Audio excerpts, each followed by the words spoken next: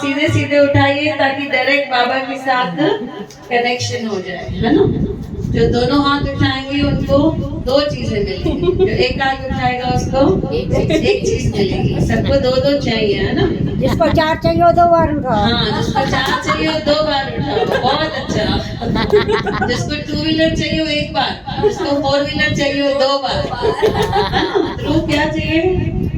Four wheeler की two wheeler तो 3 बार उठाओ। बहुत अच्छा। बोलो बाबा हरदास राम साहेब की जय। बाबा को तो हमने बुलाया है घर पे, बाबा आ भी गए, लेकिन बाबा के बारे में क्या पता है? कौन है बाबा? कौन बताएगा? सुनो, नवीशा बताएगी, ध्रुव बताएगा, वो तीसरी कहाँ गई? श्रेया, है ना। श्रेया भी बताए कौन है बाबा, क्यों आए हैं बाबा घर पे, बताओ। पहले नहीं आ रहे थे बाबा, फिर तुमने हाथ लगाया स्पीकर को, बाबा आ गए। पहले बाबा नहीं थे ना, बाबा नाराज थे, बोले थे नहीं आऊंगा, मुझे मनाया नहीं अच्छे से, है ना। स्पीकर चालू ही नहीं हो रहा था। क्या पता है ध्रुव कौन है बाबा? बाबा का नाम बताओ, कौन सी बाबा है? बाबा हरदास राम साहेब। बाबा हरदास राम साहेब। तो बाबा का जन्म हुआ था पाकिस्तान में, बहुत छोटे थे, ध्रुव की उम्र के थे, अपनी दादी के साथ जाते थे मंदिर में, दरबार में। उस समय गुरु नानक जी के गुरुद्वारे हुआ करते थे और दरबार साहब हुआ करते थे। तो बाबा को सब कंठित हो गया था, सुखमणि, लुकभंजन, स्कूल की पढ़ाई नहीं चाहिए पर ये सब चाहिए दादी के साथ, वहाँ उनको मजा आता था। एक बार ऐसे हुआ, टीचर ने बुक दिया हाथ में, बोला ये पेज पढ़ के बताओ। बाबा पढ़ ही नहीं सके वो पेज, तो बाबा टीचर ने क्या किया, छोटे से बच्चे को बहुत से डंडे मारे हाथ पे। छोटे थे बाबा, क्या किया, उसके हाथ पे डंडे मारे। क्यों मारे डंडे उनके हाथ पे? बुक नहीं पढ़ पाए। आपका भी होता है ना, टीचर गुस्सा करती है अगर ये नहीं पढ़ सके तो बाबा को जाके उन्होंने क्या किया, बाबा रोते हुए घर गए और अपनी दादी से जाके कंप्लेन करे कि मुझे आज टीचर ने बहुत मारा है।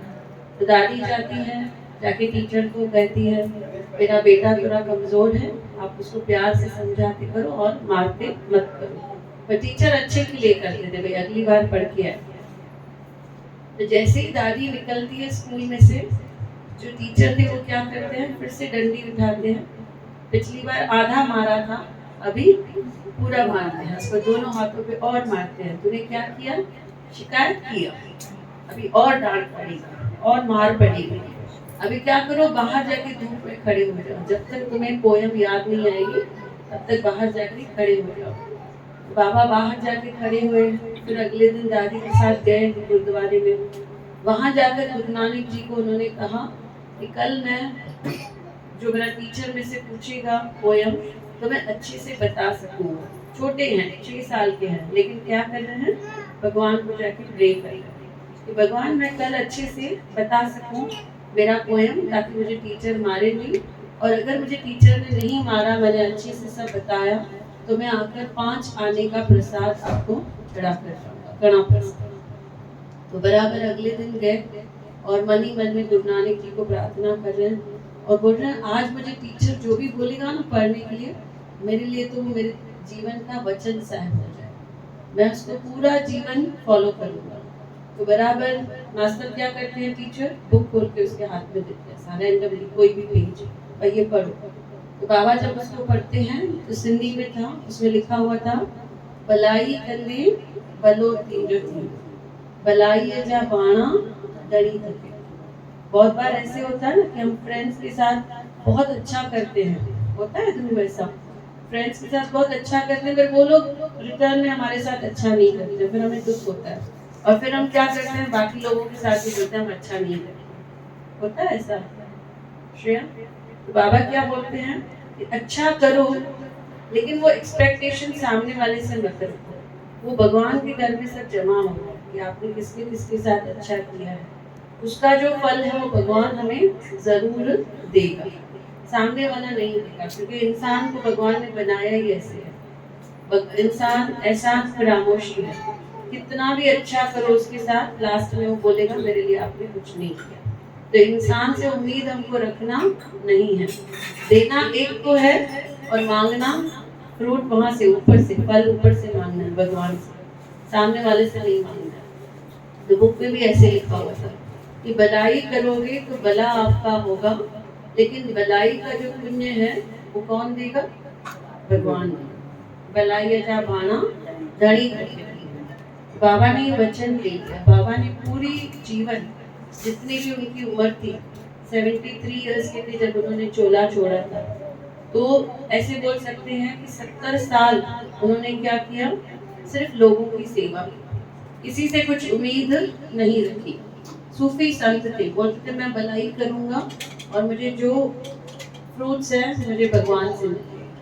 उन्होंने सबके साथ भलाई करी, सबके साथ, जो नाम सिमरन करते थे, जो पुण्य उन्होंने जमा किए थे, वो भक्तों को दे देते थे।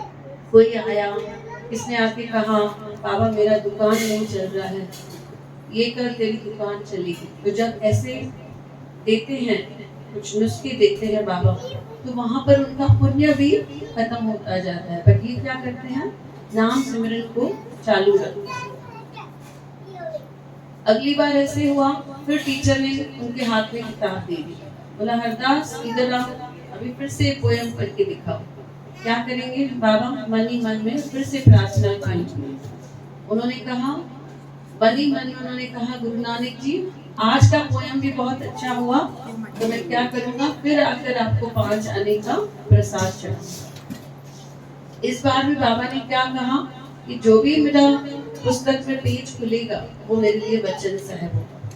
तो मास्टर ने रैंडमली एक पेज खोल के दे दिया, बाबा ने उसको पढ़ा। उसमें क्या लिखा हुआ था, जी को मिठड़ा बोल तो बोले, दर दया जा सो तो। जो मीठा बोलेगा उसके लिए हमेशा भगवान की दया के दरवाजे खुले रहे। तो बाबा ने ये भी वचन ले लिया, एक तो वचन लिया कि जो भलाई करूंगा मैं सिर्फ क्या करूंगा, भलाई के जो भी मेरे रिजल्ट्स हैं वो मैं भगवान से एक्सपेक्ट करूंगा। तो टोटल बाबा ने 3 चीजें सीखी इस कथा में।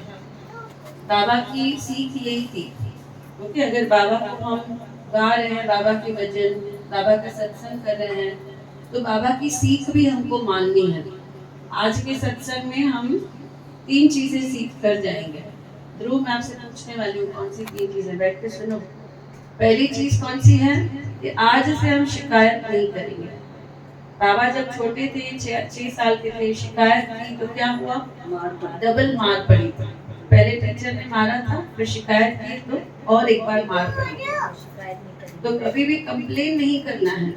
हम जो चीज का कंप्लेन करेंगे ना, तो वो चीज बढ़ती जाएगी। जो चीज की ग्रैटिट्यूड करोगे, बोलोगे शुक्राना, तो वो चीज बढ़ती जाएगी। है ना, बोलते हैं ना हम। तो कौन से हम कंप्लेन्स करते रहते हैं। आज सुबह से कौन सी कंप्लेन किया श्रेया? गर्मी है बहुत, है ना? तो और गर्मी बढ़ती जाएगी। हम उल्टा बोल रहे हैं, गर्मी कम हो गई है, तो सभी बोल रहे हैं, है ना? हम जो बोलेंगे वो होगा। हम जो बोलते हैं तो कुदरत बोलती है तथास्तु। आप बोल रहे हो ना गर्मी है तो गर्मी है, बोला आज सुबह से श्रेया ने, है ना? और क्या क्या कंप्लेन किया? तो बोलने से कम हो गई गर्मी? नहीं हुई, है ना? हम बोलेंगे सब ठीक है, ऑल इज वेल। देखा था ना मूवी में, 3 इडियट्स में, ऑल इज वेल, तो सब वेल ही वेल है, सब ठीक ही ठीक है। तो हमेशा पॉजिटिव बोलना है ना? तो बाबा ने पहले सिखाया कि शिकायत मत करो। दूसरा बाबा ने सिखाया कि सबसे भलाई करो। सामने वाला आपको कुछ नहीं देगा, आप कितनी भी भलाई करोगे सामने वाले के लिए, वो रिटर्न में आपको आके थैंक यू भी शायद नहीं बोलेगा। तो दुखी नहीं होना है, उसका फ्रूट हमको कहीं ना कहीं से भगवान दे देंगे। जैसे द्रौपदी ने दिया था, ब्राह्मण थी पिछले जन्म में, और उसने एक छोटा सा साड़ी का टुकड़ा दिया था, किसको? तो अगले जन्म में क्या हुआ? साड़ियों के थान मिल गए उसको। तो उसकी की हुई जो भलाई है वो वेस्ट हुई क्या? नहीं हुई। तो हम जो भी अच्छा कर रहे हैं उसका फल हमें जरूर मिलने वाला है। तीसरी बात बाबा ने क्या सिखाई, कौन बताएगा? जब सेकेंड टाइम बुक खोला तो कौन सा पोयम निकला था?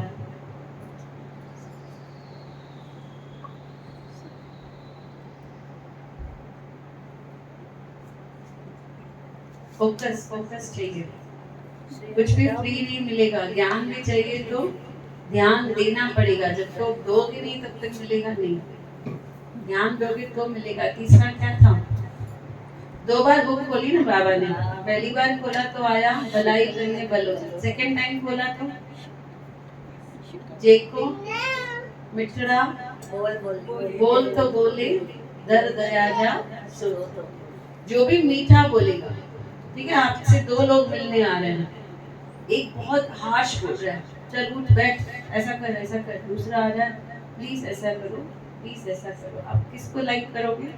जो मीठा बात कर रहे है ना? तो हमेशा सबसे मीठा बात करना। हम खुद कड़वे होते हैं और फिर बोलते हैं लोग हमको पसंद नहीं कर रहे।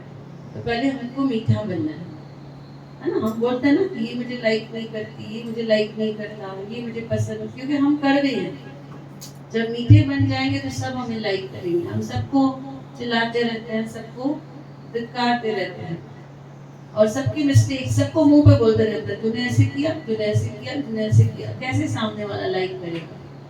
बाबा क्या सिखाते हैं कि ढको, चादर में सबको ढको। किसी के ऐब हैं वो सामने मत बोलो, सबको सामने प्रशंसा करो।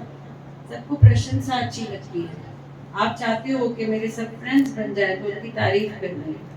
सबकी तारीफ करोगे तो सब फ्रेंड्स बन जाएंगे, और सबको क्रिटिसाइज करोगे तो क्या होगा? सब आपके एनिमीज। आप क्रिटिसाइज करोगे वो डबल क्रिटिसाइज करेंगे। आप एक चीज बोलोगे वो डबल बोलेंगे, ये ऐसी है, ये ऐसी है। अब हम क्या करें? हमारे बोलने से कोई चेंज नहीं हो जाएगा। हम हमारी एनर्जी वेस्ट कर रहे हैं, है ना? तो बाबा से क्या प्रार्थना करें?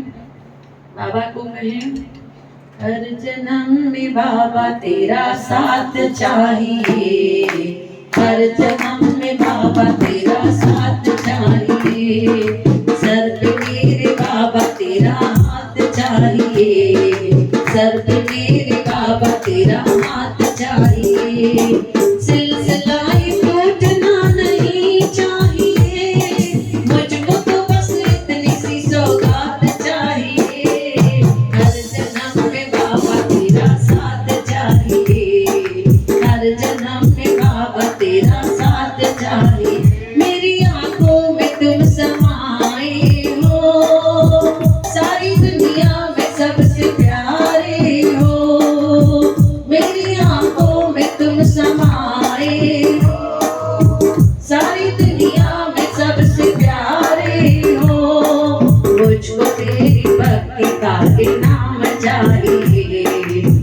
मुझको मेरी भक्ति का इनाम चाहिए, मुझको तेरे प्यार की बरसात चाहिए, मुझको तेरे प्यार की बरसात चाहिए। सिलसिला ये टूटना नहीं चाहिए, मुझको तो बस इतनी सी सौगात चाहिए। हर जन्म में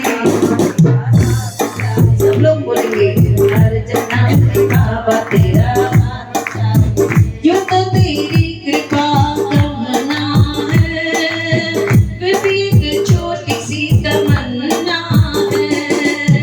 यूं तो तेरी कृपा तमन्ना है, फिर भी एक छोटी सी तमन्ना है। उसकी कृपा है इसीलिए यहाँ तक पहुँचे, नहीं तो यहाँ पर नहीं पहुँच पाते थे। यूं तो तेरी कृपा तमन्ना है, फिर भी एक छोटी सी तमन्ना है। यूं तो तेरी कृपा तमन्ना है, फिर भी एक छोटी सी तमन्ना है। जीते जी तुझसे मुलाकात चाहिए, जीते जी तुझसे मुलाकात चाहिए। हर कदम पे बाबा तेरा साथ चाहिए, हर कदम पे बाबा तेरा साथ चाहिए। सिलसिला ये टूटना नहीं चाहिए, मुझको तो बस इतनी सी सौगात चाहिए।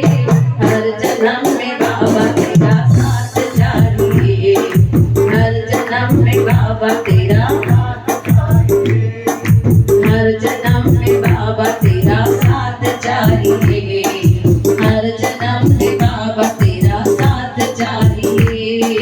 सर पे मेरे बाबा तेरा हाथ चाहिए, सर पे मेरे बाबा तेरा हाथ चाहिए। सिलसिला ये टूटना नहीं चाहिए, मुझको तो बस इतनी सी सौगात चाहिए। हर जन्म में बाबा तेरा साथ चाहिए, हर जन्म में बाबा तेरा साथ चाहिए, हर जन्म में बाबा तेरा साथ चाहिए। मेरे जीवन को तुम सजाए हो, मेरी दुनिया को तुम बसाए हो, मेरे जीवन को तुम सजाए हो, मेरी दुनिया को तुम बसाए हो। जिक्र तेरा होठों पे दिन रात चाहिए, जिक्र तेरा होठों पे दिन रात चाहिए, जिक्र तेरा होठों पे दिन रात चाहिए, जिक्र तेरा होठों पे दिन रात चाहिए। नाम हो तेरा ऐसी ही बात चाहिए, जिक्र हो तेरा ऐसी ही बात चाहिए। सिलसिला ये टूटना नहीं चाहिए, मुझको तो बस इतनी सी सौगात चाहिए।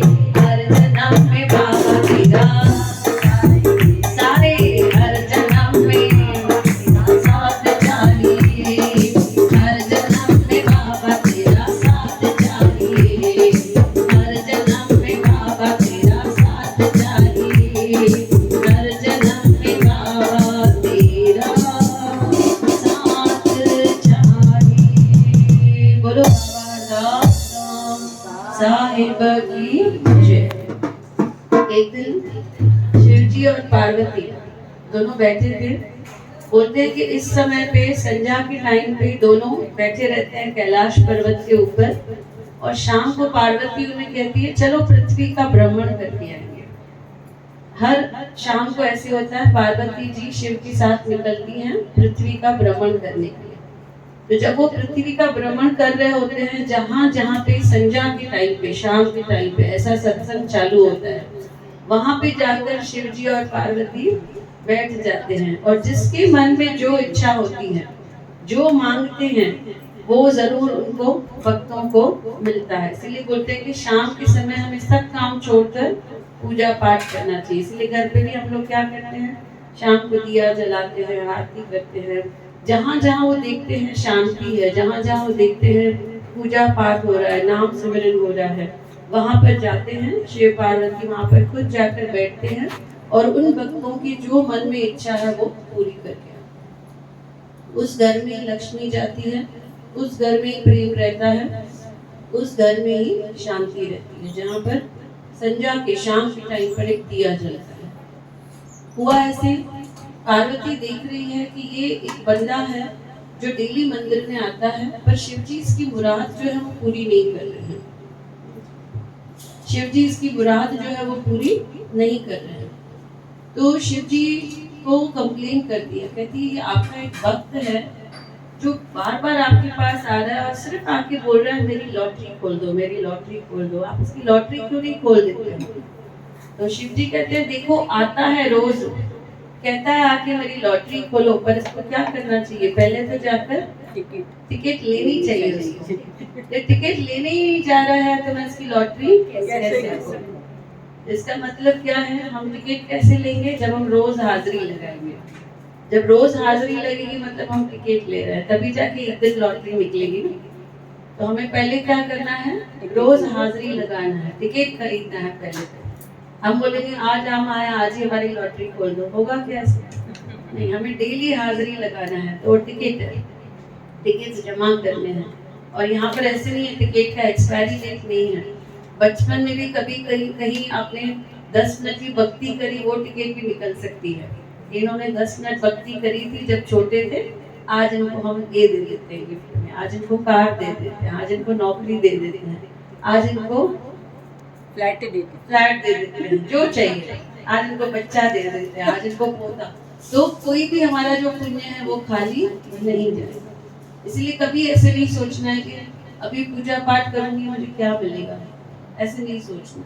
सोचना मैं क्या खरीद रही हूँ, टिकट खरीद रही हूँ, पता नहीं कब ये टिकट मेरी लग जाएगी। तो 24 घंटे का फायदा उठाना है। हम क्या करते हैं, इसका उल्टा करते हैं।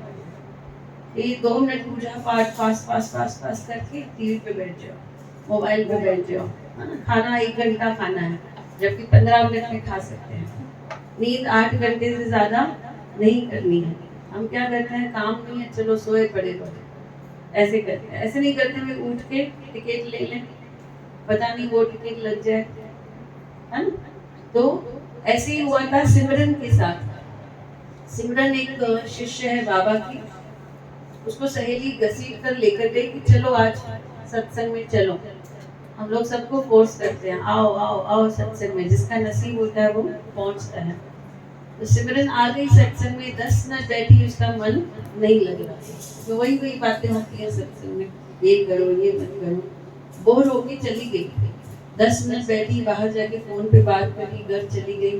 रात को जब जाके सोई सिमरन, और ये सच्ची घटना है, सिमरन जब रात को सोती है तो क्या देखती है कि यमदूत आए हैं घर के अंदर, और वो क्या कर रहे हैं, उसको बालों से घसीट कर लेकर जा रहे हैं। और सिमरन जोर जोर से चिल्ला रही है कि घर का कोई तो सदस्य आए और मुझे आकर बचाए, कोई नहीं आ रहा बचाने के लिए।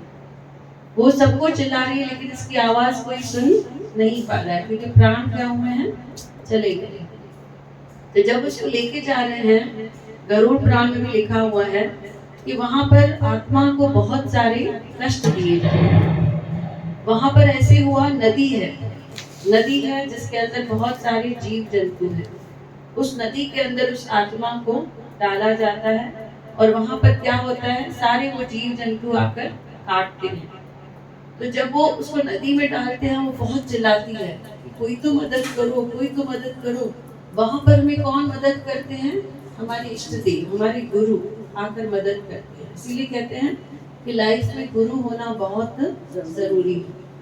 जिसका गुरु नहीं होता है उसको बोलते हैं निगुरा, और निगुरा जहाँ बैठता है वो जगह को अपवित्र कर देता है। इसीलिए सबके गुरु हैं। आप देखोगे राम भगवान के भी गुरु हैं, कृष्ण भगवान के भी गुरु हैं, सभी जितने भी हमने देखे हैं भगवानों के भी गुरु हैं।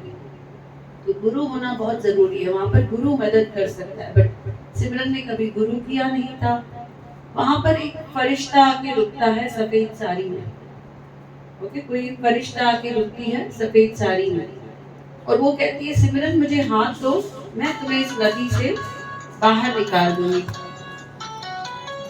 तो सिमरन उसको हाथ देती है और वो जो थी सफेद साड़ी में फरिश्ता वो उसको बाहर लेकर जाती है और नदी से पार करवा देती है। तो सिमरन उसको धन्यवाद करती है कि हाँ आपका बहुत धन्यवाद, आपने मुझे इस पीड़ा से बचा लिया। तो सफेद साड़ी वाली को पूछती है आपका नाम तो बताइए मुझे, आपका नाम क्या है? बोला मेरा नाम है भक्ति। आपने ना 10 मिनट भक्ति की थी। आपने क्या किया? 10 मिनट भक्ति की थी, इसलिए इस नदी की पीड़ा से आप क्या हो गए? बच गए। पर आगे और पीड़ाएं हैं, लेकिन आपका अकाउंट क्या है? खाली है। अकाउंट में भी आगे कुछ नहीं है। आगे और क्या क्या यातनाएं होती हैं? किसने पढ़ा है, सुना है? गरुड़ पुराण। आगे क्या क्या यातनाएं होती हैं? कढ़ाई में डालते हैं, बर्फ में डालते हैं, बहुत सारी यातनाएं हैं। तो उन यातनाओं से भी बचना है तो हमें क्या करना है? हमें भक्ति का अकाउंट भर के रखना है। इसके पास सिर्फ 10 मिनट था, वो नदी से बच गई, लेकिन आगे क्या करना है उसको? आगे के लिए उसको जमा नहीं किया उसने। पर हुआ देखो कैसे, इसके बाद जब उसको लेके गए यमलोक में, तो वहां पर जो मेन थे चित्रगुप्त थे, बोले ये वाली सिमरन नहीं चाहिए थी हमको, आप गलत सिमरन को लेके आए हो। और जब वो नीचे सब रो रहे थे, उसकी बॉडी पड़ी है, सब रो रहे थे, और ये उठ कर बैठ जाती है, बोलती है थैंक गॉड मैं नहीं थी, बाजू वाली कोई सिमरन थी। पर उसने वो 10 मिनट में क्या देख लिया उसने कि कहाँ मुझे भक्ति ने मदद की, उसको रियलाइज हुआ। उसके बाद उसने एक भी सत्संग मिस नहीं किया। वो हर जगह सिर्फ पता चले यहाँ पे सत्संग है तो मुझे पहुंचना है और मुझे मेरे भक्ति का अकाउंट बढ़ते जाए। बोलो बाबा हरदास राम साहेब की। तो ऐसे नहीं सोचे घर का काम छोड़कर आए हैं, सबको छोड़कर आए हैं, क्योंकि अभी हम क्या कर रहे हैं? अभी हम भक्ति का अकाउंट फिल कर रहे हैं। जितना ज्यादा फिल करेंगे उतना अच्छा है, और ये हमारे हाथ में नहीं है कि हम फिल करें। देखो कुछ लोग अभी तक एड्रेस ढूंढ रहे हैं, अभी तक पहुंचे नहीं है। तो भगवान को चाहिए भाई इनका जल्दी फिल हो जाए, वो लोग देर से आए है ना, इनका ज्यादा फिल हो जाए। तो नसीब है इसीलिए यहाँ तक पहुंचे हैं, नसीब है इसीलिए अकाउंट क्या हो रहा है? फिल हो रहा है। बोलो बाबा हरदास राम साहेब की, गोदरी वाले घनश्याम की। और बाबा को क्या कहें सब लोग मिलकर? हारी हूँ बाबा पर तुझ पे भरोसा है, जीतूंगी एक दिन मेरा दिल ये कहता है। हारी हूँ बाबा पर तुझ पे भरोसा है, जीतूंगी एक दिन मेरा दिल ये कहता है। मेरे मांझी बन जाओ, मेरी नाव चला जाओ, मेरे मांझी बन जाओ, मेरी नाव चला जाओ। रोती हुई बेटी को गले से लगा जाओ, रोती हुई बेटी को गले से लगा जाओ। हारी हो बाबा, सब लोग बोलेंगे जीतूंगी एक दिन मेरा दिल ये कहता है। सारे हारी हो बाबा जीतूंगी एक दिन मेरा दिल ये कहता है। मैंने सुना है तो बिगड़ी बनाता, बिन बोले भगतों की नाव चलाता। मैंने सुना है तो बिगड़ी बनाता, बिन बोले भगतों की नाव चलाता। आंसू जो बहते हैं बह बह के कहते हैं, आंसू जो बहते हैं बह बह के कहते हैं। हारी हूँ बाबा पर तुझ पे भरोसा है, जीतूंगी एक दिन मेरा दिल ये कहता है। हारी हूँ बाबा पर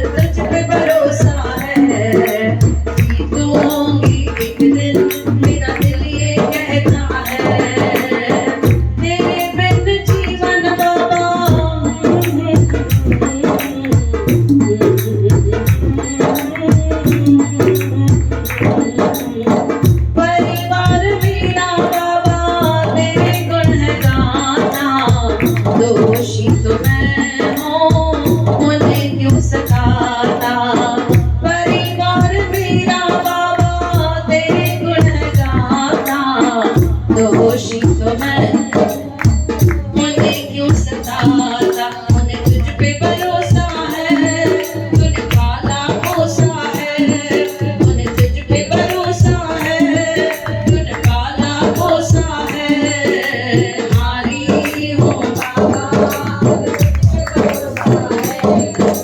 जीतूंगी एक दिन, मेरा दिल ये कहता है, हारी हो बाबा पर तुझ पे भरोसा है, जीतूंगी एक दिन, मेरा दिल ये कहता है, तुझ बिन जीवन मेरा ओ मेरे बाबा कैसे कटेगा समझ न आता, तुझ बिन जीवन मेरा ओ मेरे बाबा कैसे कटेगा समझ न आता, तुम तीर बनाते हो मेरी सांसें चलती हैं, तुम तीर बनाते हो मेरी सांसें चलती हैं, कुछ समझ ना आता मेरी क्या गलती है, कुछ समझ ना आता मेरी क्या गलती है,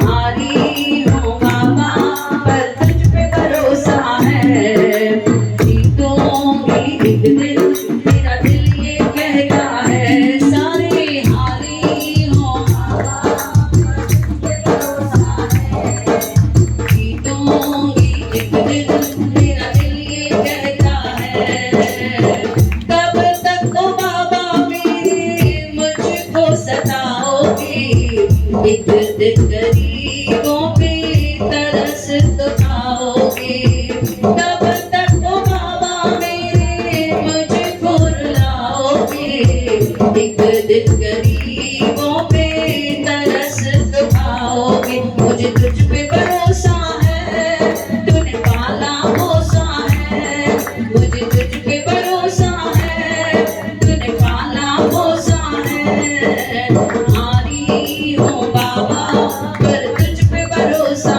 है, जीतूंगी एक दिन, मेरा दिल ये कहता है, सारे हारी हो बाबा पर तुझ पे भरोसा है, जीतूंगी एक दिन, मेरा दिल ये कहता है, हारी हो बाबा पर तुझ पे भरोसा है, जीतूंगी एक दिन, मेरा दिल ये कहता है, मेरे मांझी बन जाओ, मेरी नाव चला जाओ, मेरे मांझी बन जाओ,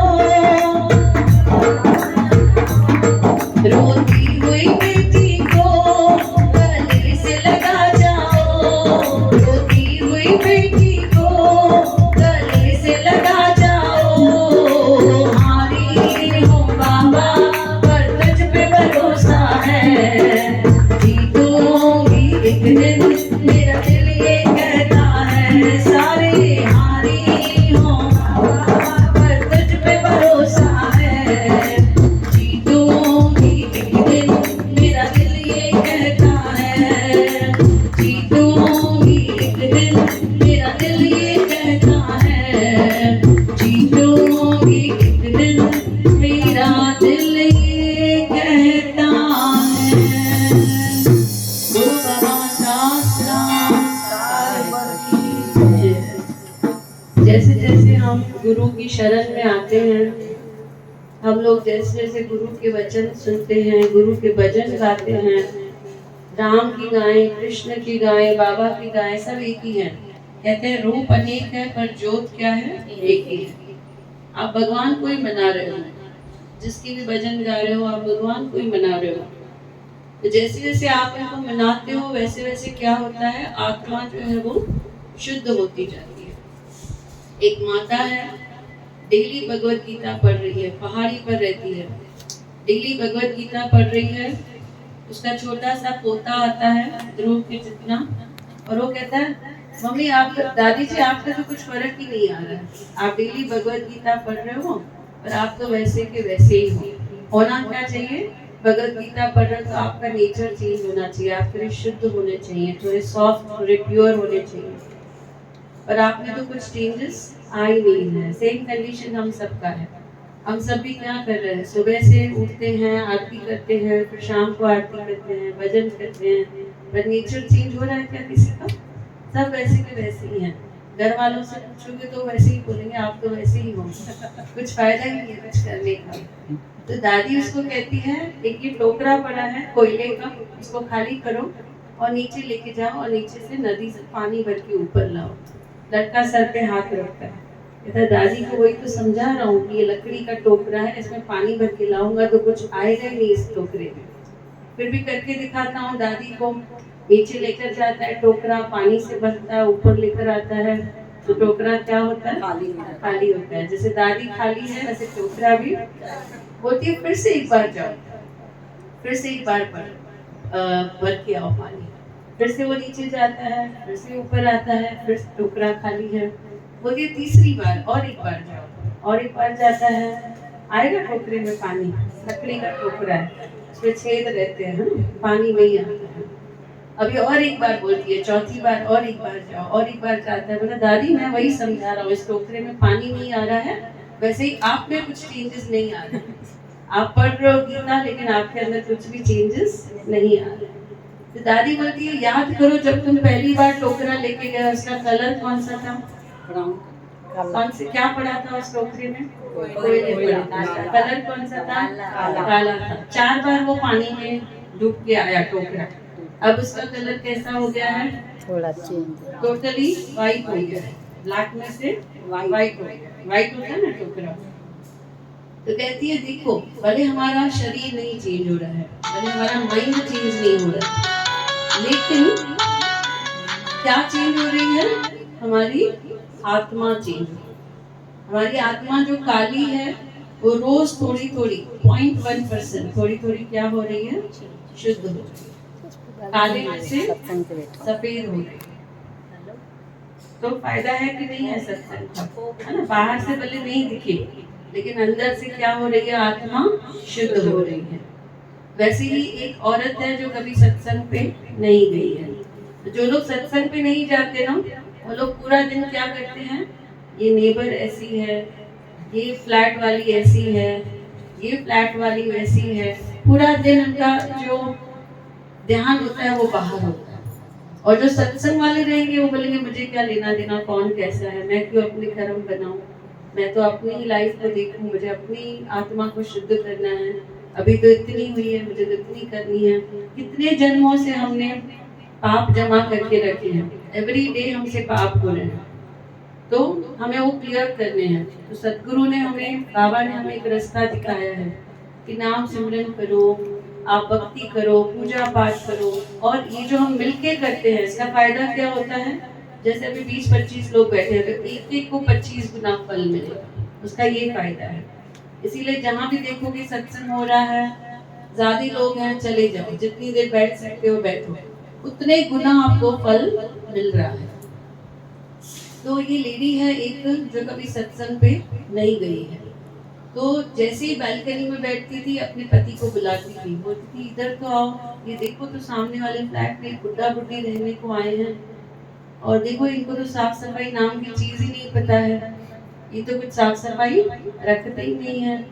इन्होंने क्या किया है, बालकनी में कपड़े सुखाने को डाले, देखो तो कितने मैले कपड़े हैं इनके, ये बुढ़ा बुढ़ी है, शायद इनको धोने नहीं आ रहे हैं। तो पति रोज सुन सुन के परेशान हो गया।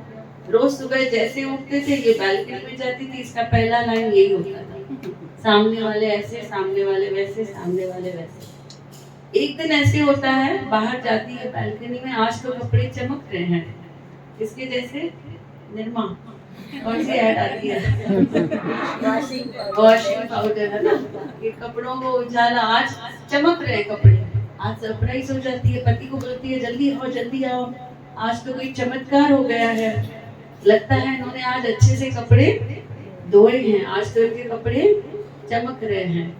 पति उसको दिखाता है, एक मांझनी दिखाता है और एक कॉलिन दिखाता है, कहता है आज मैंने अपनी बालकनी के ग्लासेस साफ किए। आज मैंने क्या किया है, अपने बालकनी के ग्लासेस मैंने साफ किए।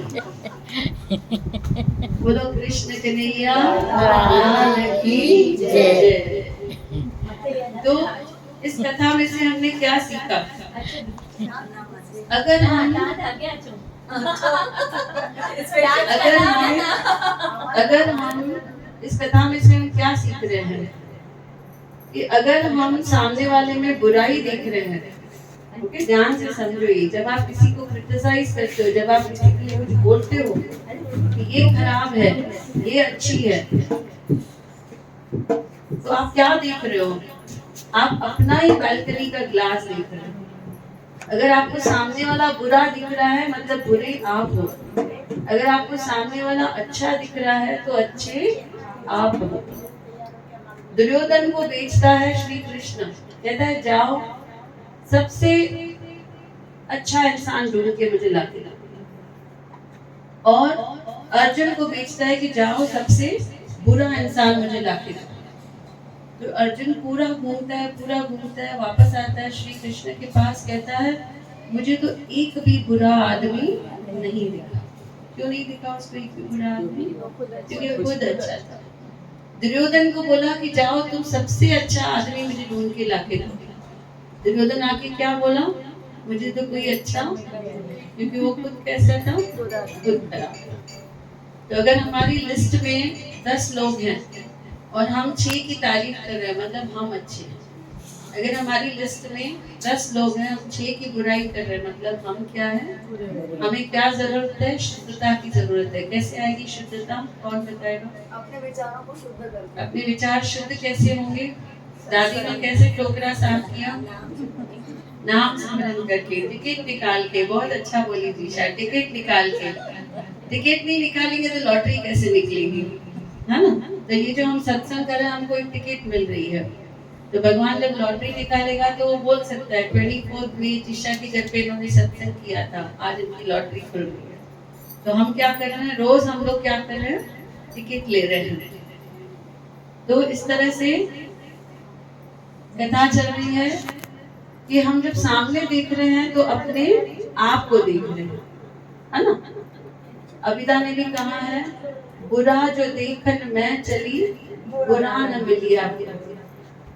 अगर हम बाहर निकल रहे हैं, हमें कोई बुरा नहीं दिख रहा है अर्जुन के जैसा, तो मतलब अब हम क्या हो गए हैं? अच्छे हो गए हैं। अच्छा, इसमें घर के लोग भी आ गए, है ना? हम बोलते हैं हमारी सास अच्छी नहीं है, बिंदास बोलते हैं। ऐसे ऐसे समझते हैं कि सामने वाला चेंज करके दे देगा सास को। बोलने से कुछ हुआ है आज तक? या सास जाके बोलती है मेरी बहू अच्छी नहीं है, मतलब वो खुद अच्छी नहीं है। ये सच है। आप अच्छे रहोगे आपको सब अच्छे दिखेंगे, आप खराब हो आपको सब खराब दिखेंगे। वही चीज माँ बोलती है गुस्सा नहीं आता है, वही चीज सास बोलती है गुस्सा आता है। क्यों? और बड़े सिखाते हैं, हमको ये समझना है, बड़े सिखाते हैं। हम जितने भी आप एग्जाम्पल हो ना, अपने जो आपके रिलेटिव्स हैं, चाचियां हैं, मामियां, उनके साथ जाके बैठो, उनको पूछो आपका एक्सपीरियंस आपकी सास के साथ बताओ।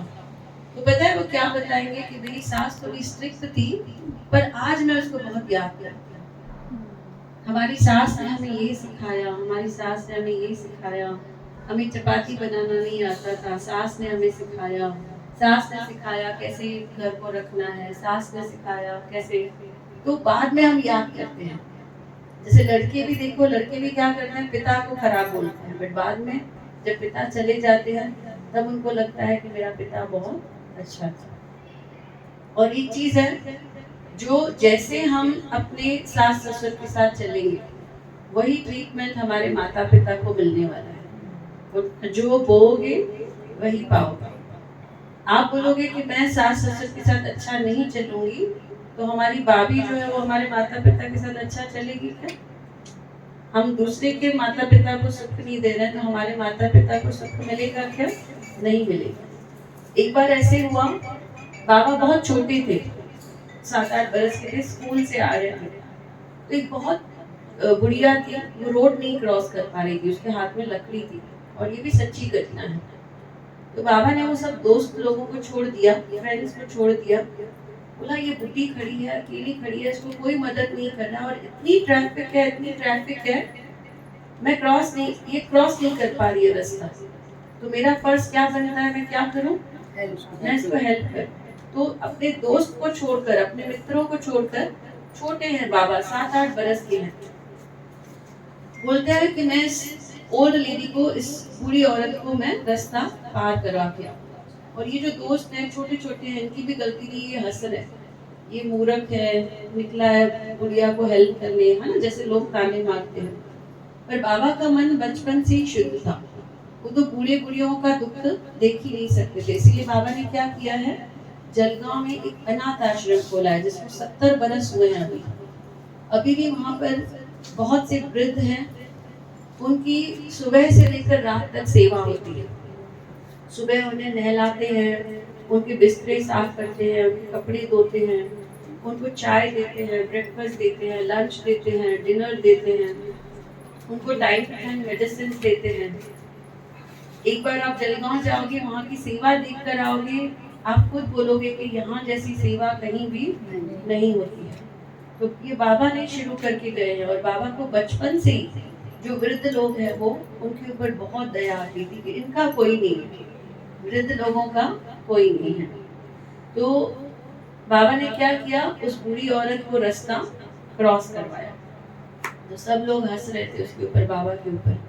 बाबा ने उस समय इतने अच्छे शब्द कहे, बाबा ने कहा मेरे मन में आ रहा है कि आज मैं किसी की माता को मदद कर रहा हूँ, कल जब मेरी माता दिक्कत में होगी तो कोई ना कोई जरूर मेरी माता को जाकर मदद करेगा।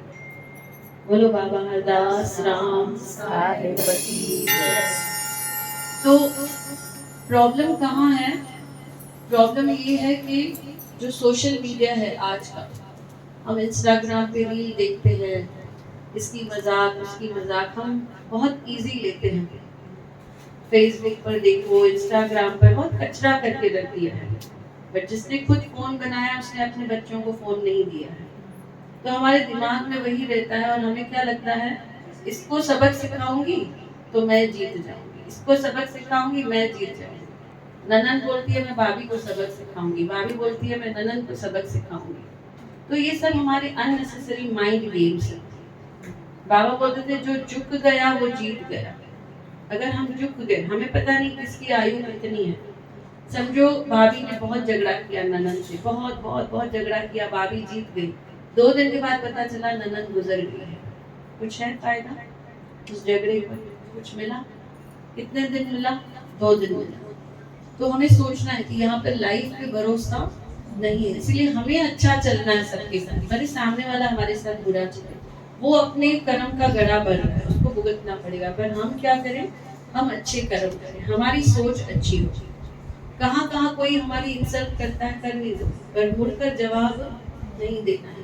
कहते ना, अपने गुरु पर छोड़ दो, वो जाकर उनको जवाब देंगे। जब आप जवाब देते हो ना तो गुरु बोलता है आप ही जाके देखो। एक पुजारी कृष्ण भगवान की डेली पूजा करता है, कृष्ण भगवान सामने आके बैठते हैं, तो उसको बहुत घमंड हो जाता है कि पुजारी कृष्ण तो मेरा दोस्त हो गया है।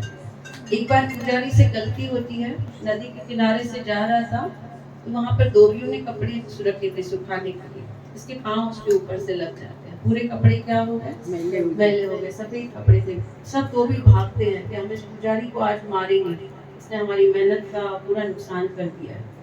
तो किसको बुलाएगा पुजारी? कृष्ण भगवान। कृष्ण उसका मित्र हो गया, कृष्णा कृष्णा मुझे बचाओ।